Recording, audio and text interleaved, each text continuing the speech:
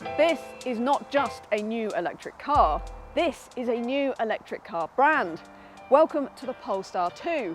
Now, as the model name suggests, this is not the first car that Polestar has launched. That was the one which was extremely expensive, very limited, and not very relevant to many people. This is quite the opposite. It's very mainstream. This car is going to take on cars like the Tesla Model 3 and the BMW 3 Series.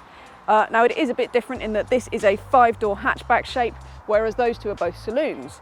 And that's not the only thing that makes it a bit different. It's all in the details. So check out this little sticker down here, very simple thing, but I think that sort of script, having that on the side of the car, makes this feel much more like a tech product than an automotive product. Not only that, but there's nowhere on this car does it say Polestar, which sounds obvious, but I think that really says a lot about the company's confidence that they haven't even bothered to tell people what it is. It is slightly Volvo-esque, and that is understandable given that Polestar is owned by the same company as Volvo, and actually Volvo has been quite involved with this. In fact, the boss of Polestar is actually the ex-head of design for Volvo. So yes, there are Volvo bits about it, and I think that's all good. There's a little bit of SUV about it. It's not quite a hatchback, not quite a saloon. It's just all a bit different, very high waistline. It's quite a sort of blocky design, quite minimalist, and I think that suits it. And of course, if this is going to take on the Tesla Model 3, it's got to have masses of power, and sure enough it does. It has got 402 brake horsepower, complete with 2 electric motors and 4-wheel drive, and it has got a 78 kilowatt hour battery that gives the Polestar 2 an official range of 292 miles, all of which is very competitive with everything that it needs to be competitive with. So anyway, that is the essential stuff about the Polestar 2, so let's head out there and see what it's like to drive.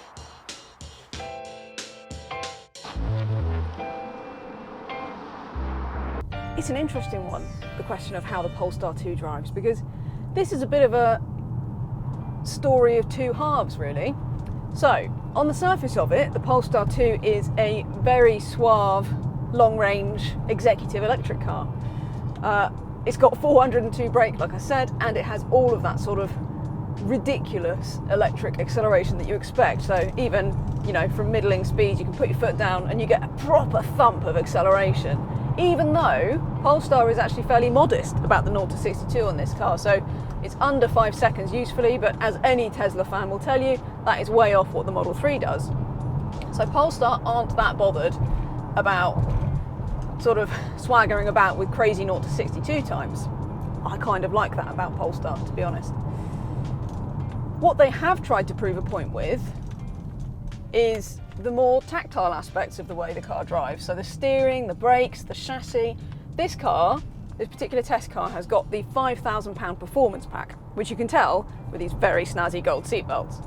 But not only that, you also get Brembo brakes and manually adjustable 20-way Olin dampers. Now, these are the kind of things you would expect to find on, for instance, an Ariel Atom, not on an executive electric car. I mean, it's just a bit mad. You know, for some frame of reference, it's not dissimilar to fitting carbon ceramic brakes to a Ford Fiesta. You know, it's that kind of thing. It's really a very expensive, extravagant thing to do. And not only that, but it seems quite at odds with what the Polestar 2 is about, because this is a very futuristic, it revels in being of the electric era. Of course it does. Like I said, it's got that sort of feel of being a tech product rather than just a conventional automotive vehicle. And yet then they go and stick manually adjustable dampers. So, you know, you can't adjust the dampers on the screen. You have to get out with an Allen key of a weekend and pick your damper setting. How crazy is that? Anyway, more to the point, they do make the ride quite firm. Now, when I say quite firm, the bump absorption's good, so you don't get really crashy, jarring ride, but the car does move about a lot. And it's got a very firm kind of damper rebound, so you really know about undulations in the road and this kind of thing. Honestly, I think it's a bit too firm. I think most people who are buying a Polestar are going to find it a bit much.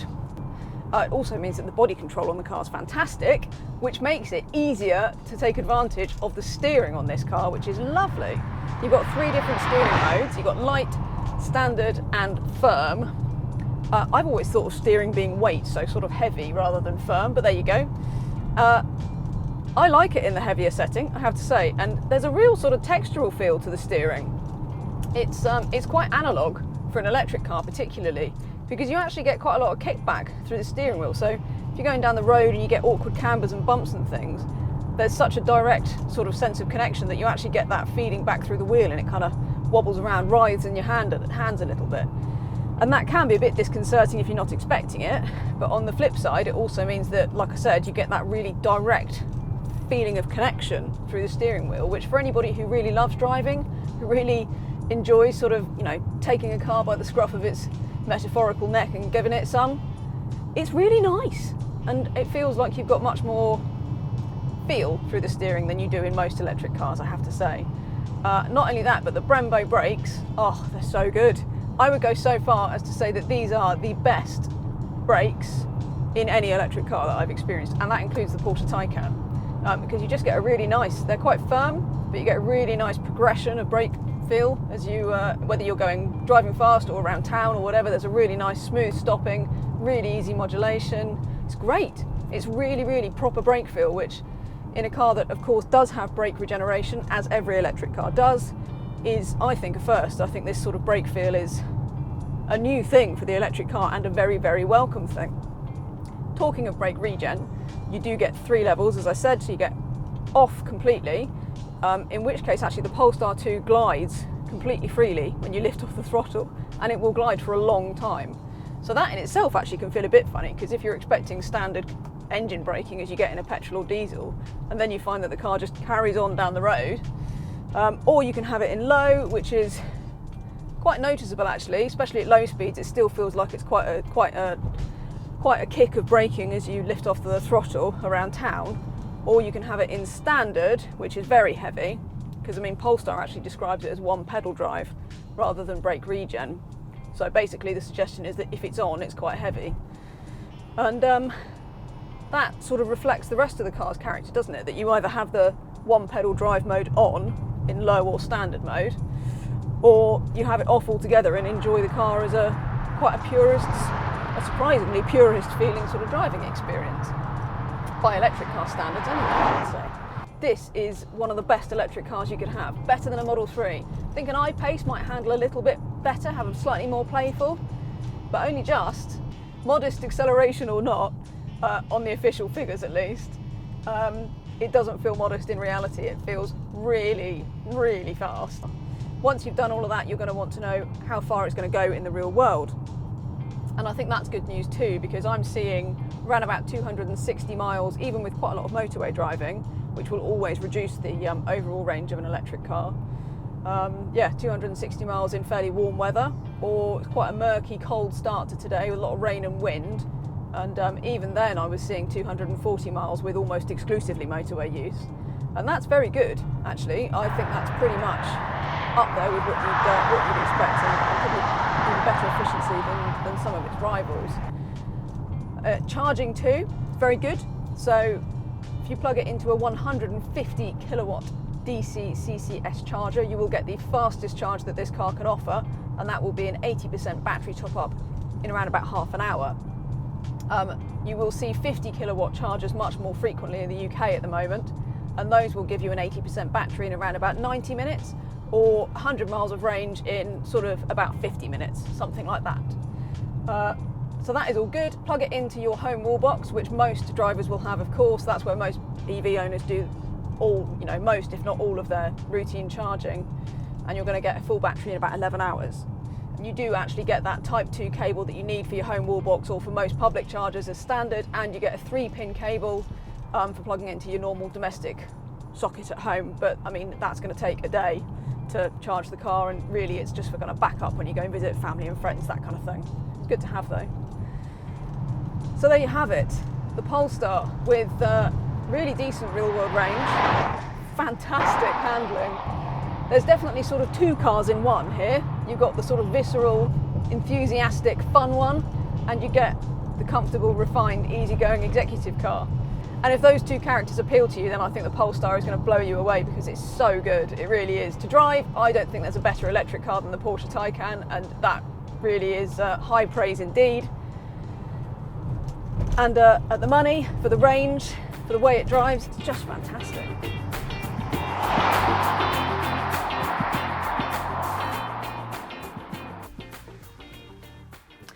Of course, it wouldn't be a super posh electric car were it not complete with a super posh touchscreen, and the Polestar doesn't disappoint on that front. It gets this very nice portrait touchscreen as standard, and it has got all the features you would expect as well. So you've got your streaming features, including Spotify and all of that, your digital radio, your Bluetooth audio and hands-free, and interestingly, this is the first car that's got an Android system with Google Maps all built into the car.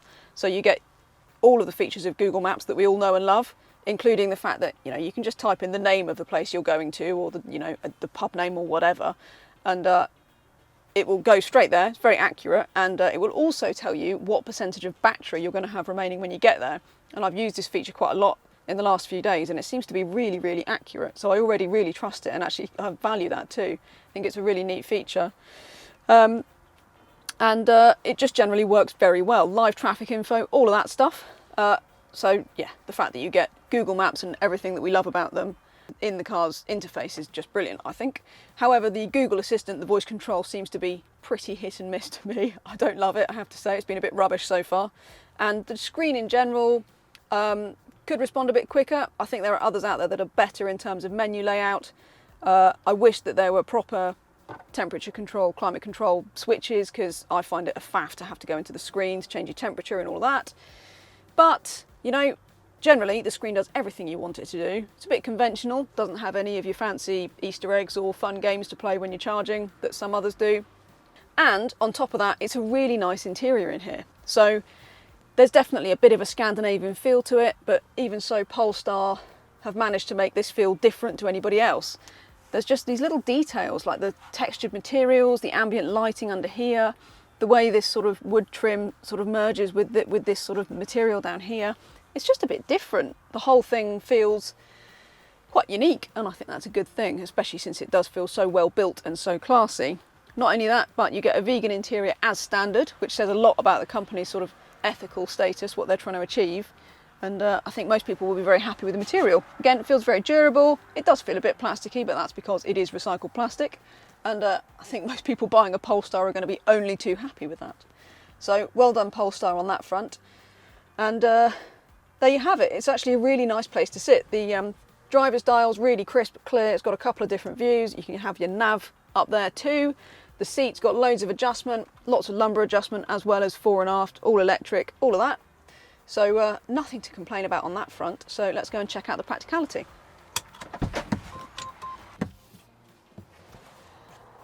Rear passenger space in at the Polestar is, I'd say, adequate.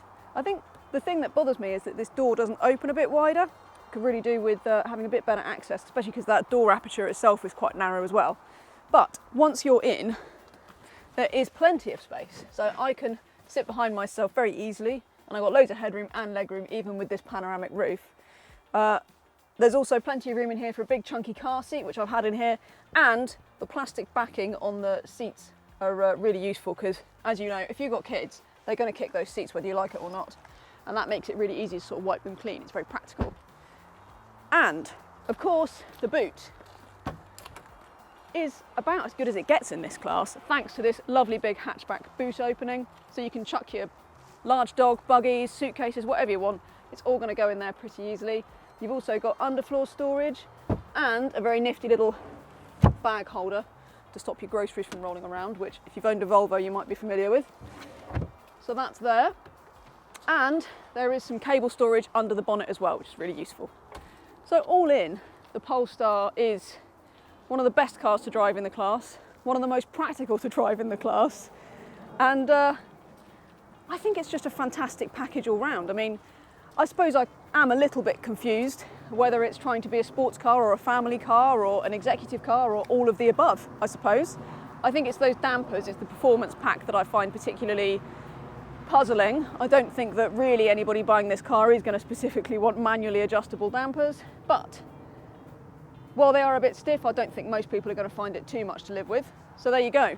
If they bring that much to the car in the way it drives, why not?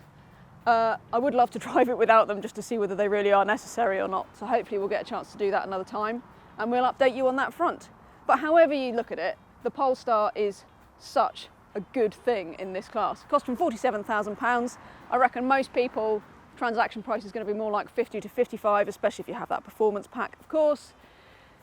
And I mean, why wouldn't you? It's better to drive than a Tesla Model 3. It's more practical than a Tesla Model 3. It doesn't have the Tesla supercharging network, which is a significant reason why you might buy the Model 3 instead. But if you don't mind that, I think the Polestar is the better bet. And I think this is a better bet than a lot of cars in the class, including some of those conventional rivals. It really is that good. It's that special. And I just love it. And I think a lot of you will too. And I think a lot of you will like the brand's environmental ambitions as well, given that it's actually come out with completely clear CO2 emissions for this car running right through from battery production to recycling at the end of its life. So you can see what it's going to be accountable for in terms of its CO2 burden for the whole well-to-wheel of the car, which is fantastic. And I think more manufacturers need to do that. We need more clarity on that front. And I think they've done really well to do that. And I think they're really sort of leading the way on that sort of the moral, ethical point of electric cars and sort of really treading a bit lighter on the planet, really. So well done, Polestar, because this car is not just lovable, not just great to drive, it is also sending all of the right messages. And for that, we rate it as pretty much one of the best electric cars out there. Head to Electrica.Live for loads more videos, news, advice, and reviews on electric cars and all things green lifestyle.